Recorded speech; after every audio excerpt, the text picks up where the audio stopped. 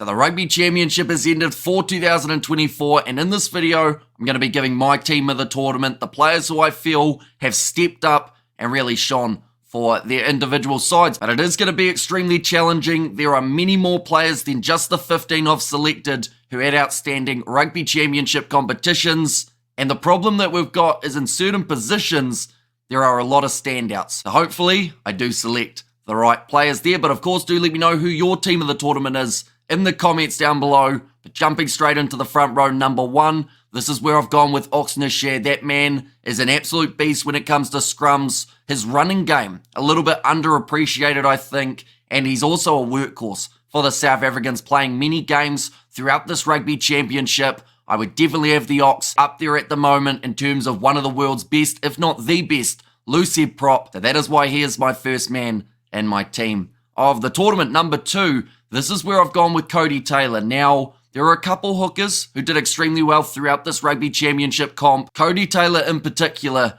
really impressed me. He managed to have 235 meters carried. And yes, that sounds like a lot, but when you consider that he is 10th in the overall meters made throughout the Rugby Championship and the only forward in the top 10, he has had an incredible competition. New Zealand having the best line out throughout the Rugby Championship. Also, he made 60 tackles alongside his running game, an outstanding athlete, and has really found his form for the ABs.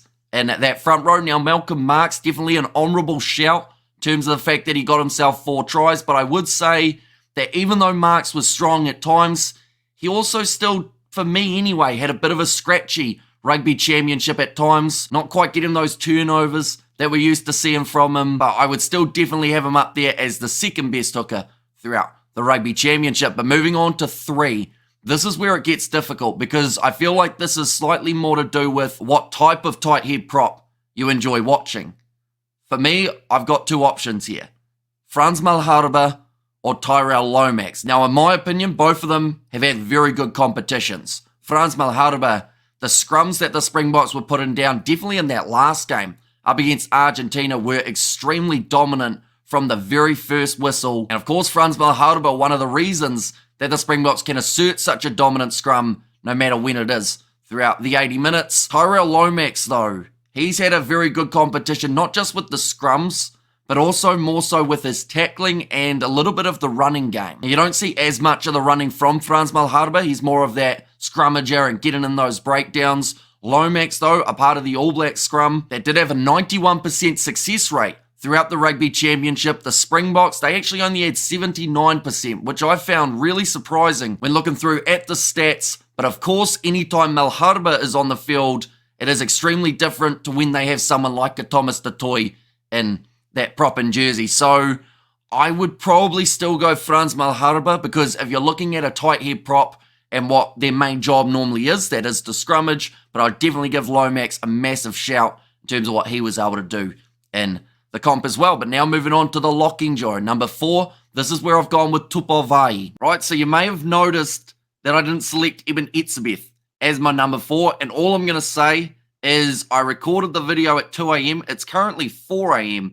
where I'm recording this little bit, but I definitely should have had Etzebeth as my number 4. I think I was that undecided with Ruan Nokia as well as Tupavai that I ended up completely forgetting about the guy for the Springboks who has played phenomenally in their number 4 jersey, now becoming the most capped Springbok of all time as well. So I would definitely have Eben Etzebeth in that number 4 jersey. But seeing as this is being recorded after the video has already been edited, I might as well let you guys hear what I said about Tupavai as well. But yeah, I'm definitely going Etzebeth in that number 4 jersey. It was a brain fade. Very little sleep has been had since the end of the Rugby Championship. Now, of course, he was playing a lot more of 5 throughout the back end of the Rugby Championship, but in the first 2 games up against Argentina, he was playing at number 4, partnered with Sam Darry as the number 5. So I got there on a little bit of a technicality, but the reason I've put him at 4 is because I've gone with Ruan Nokia as my number 5. Both men having great Rugby Championships, playing brilliantly in their number 5 jersey. For Tupavai, he had 14 lineouts won, which doesn't sound like a huge amount, but a lot of crucial ones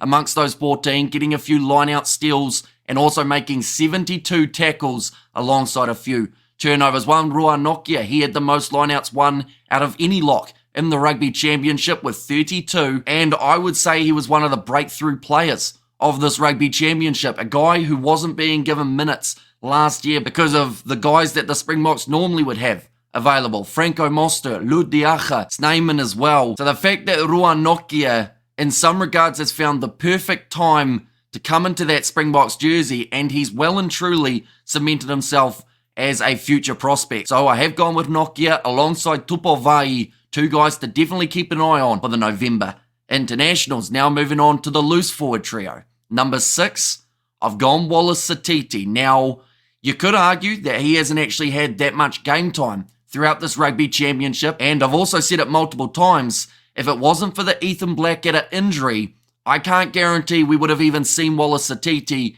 get more than 40 minutes throughout this Rugby Championship competition, because Scott Robertson, some of his other selections, they have been pretty safe, and he's gone with those players with the notable name, such as an Ethan Blackadder, who he backs from the Crusaders days. So I think Wallace Satiti is a little bit similar to Ruan Nokia, how it's right place, right time, make the most of your opportunity, and he did just that. He had 48 carries throughout the Rugby Championship. As he built into the competition, he kept finding more confidence, and we're talking about a guy that, if he can avoid injury, still has 2, if not 3 World Cups in him, as long as he stays match fit, and as long as he continues his form that he did find in this competition. So Wallace Satiti, he is my 6th pick for the team of the tournament. Shout out, of course, to Sia Khaleesi, the Springbok skipper, who helped his side get over the line in the Rugby Championship as well. Number 7, speaking of Springboks, it's pretty obvious who to go with in this jersey, and he hasn't even played all the games of this Rugby Championship at 7. He's had a game at 4, he's had a game at 5.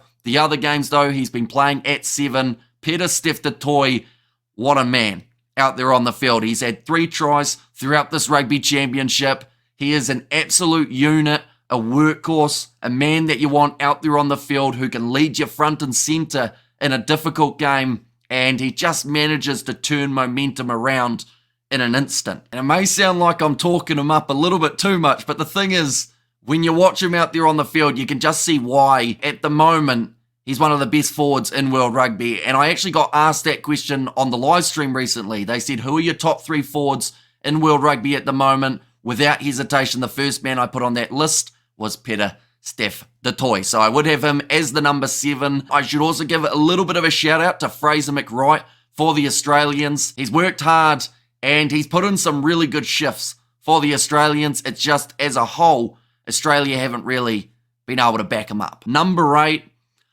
it's a tricky one because the Wallabies, we've got to talk about them for a minute. Australia have not had a great Rugby Championship.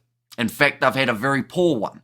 They've been close in a couple games, but they haven't been on the right side of those victories, just pulling off the one up against Argentina. Number 8, I had Harry Wilson. He's had 73 carries. He's made 86 tackles, and he has led the Wallabies throughout a tough Rugby Championship. But then I thought about it, and this is a team of the tournament. Don't get me wrong, Harry Wilson has had a great one.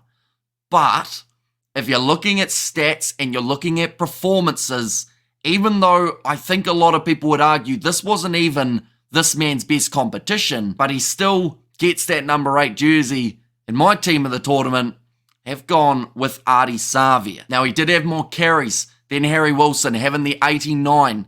He made 84 tackles, but he beat 17 defenders, getting turnovers in the breakdown. Now, there's another very notable name at number 8, Jasper Wiese.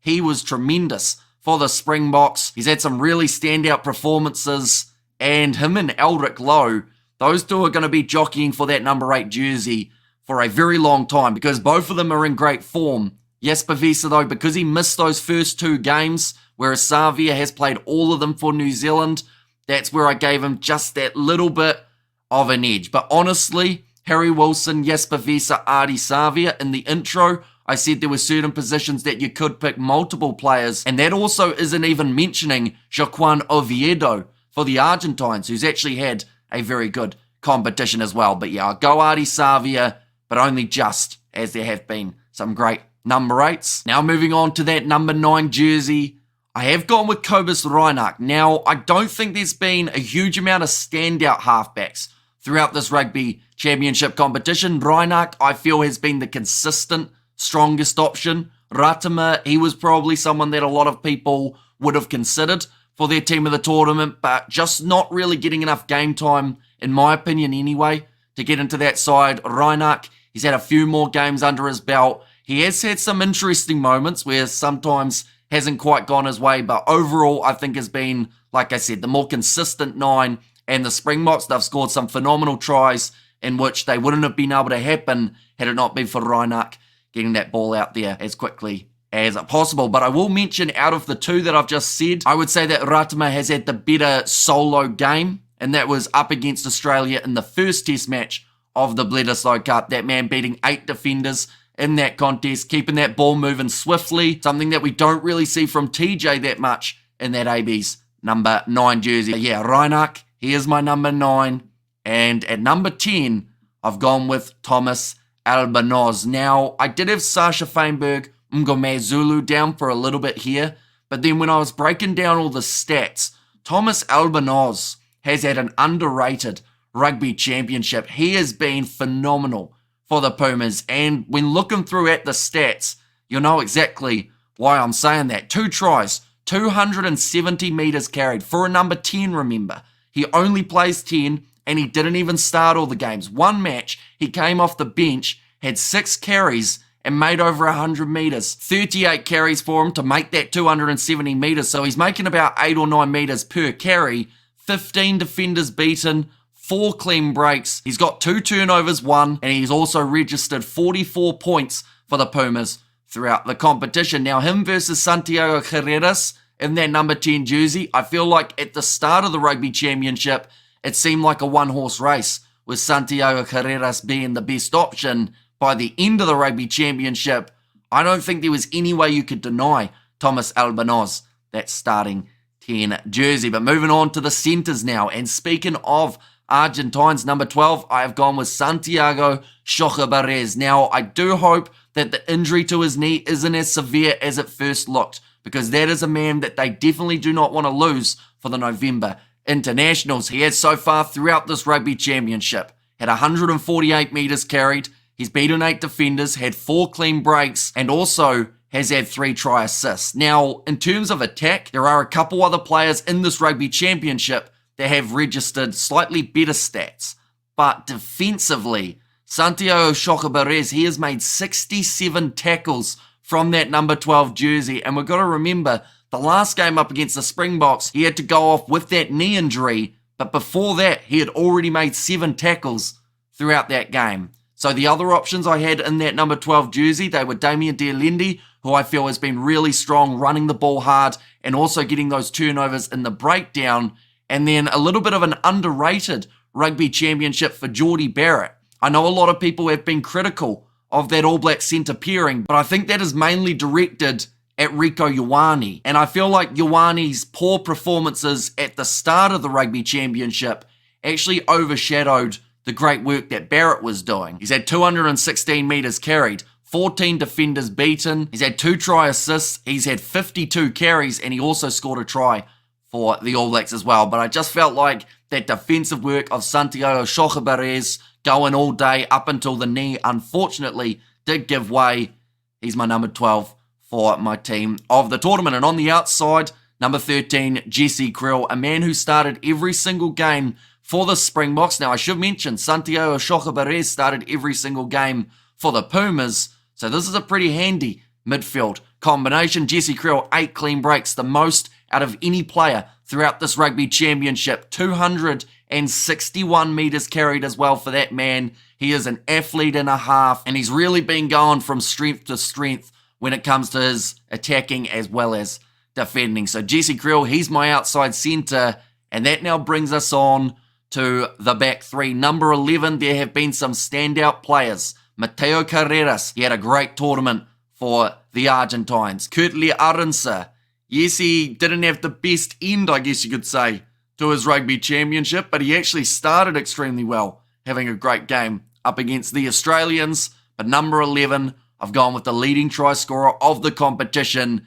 that being Caleb Clark. He scored 6 tries in total, also had 6 clean breaks, and made 300 metres for the All Blacks. He was one of those guys that after Super Rugby, everyone wanted to see in that starting 11 jersey. They were early on in the July internationals in particular, giving it to Mark Talia, which I feel was the wrong decision. Caleb Clarke, he is definitely that option going forward. And off this Rugby Championship form, I'm thoroughly looking forward to seeing what he can do in the November internationals. Number 14, this is where I've gone with Cheslin Kolbe. Now, some people, a little bit similar to the Geordie Barrett Rugby Championship, maybe haven't realised how good some of the statistics that Cheslin Kolbe has been putting out. Scored himself that try up against the Argentines in the last game of the Rugby Championship, but he has also had 6 clean breaks, 21 defenders beat him, which is the most out of any player throughout the Rugby Championship, and has made 239 metres with the ball in hand. His step is just lethal, his strength is underrated, and he's still one of the best wingers in World Rugby today. So I had to go with Cheslin Kolbe out on that right wing, and I'm pretty happy with that selection. But number 15, this is where it's tricky, because up until the second game between Argentina and South Africa, I had Juan Cruz Malia as my number 15 for the team of the tournament. But then Apelele Fasi in that last game scored 2 tries. He showed exactly why he should be the informed 15 of the competition. He's had some outstanding games, not just that second one up against Argentina. He played well in the first match early on in the Rugby Championship when given the chance. He really makes the most of it and is just extremely safe under the high ball for the South Africans. His kicking game's good. He's going to be a future superstar for the Springboks. Saying that, I feel like he's already getting pretty close to that superstar status. So Apelele Fasi, he would be my number 15 in the team of the tournament. But nonetheless, that is my starting 15 for my team of the tournament. Do let me know, ladies and gentlemen, who you would change. Of course, a lot of people will have slightly different teams of the tournaments, but I am very curious to see who you guys would go with overall for the competition. But thank you all very much for tuning in, not just to this video, but also for all of our videos throughout the Rugby Championship. It has been an absolutely awesome competition to cover. Once again, a massive congratulations to South Africa for winning it. November, just around the corner. We'll get to see all these sides back in action as well. But thank you all very much for tuning in. If you did enjoy, be sure to leave a like and subscribe, and I will see you all for the next one.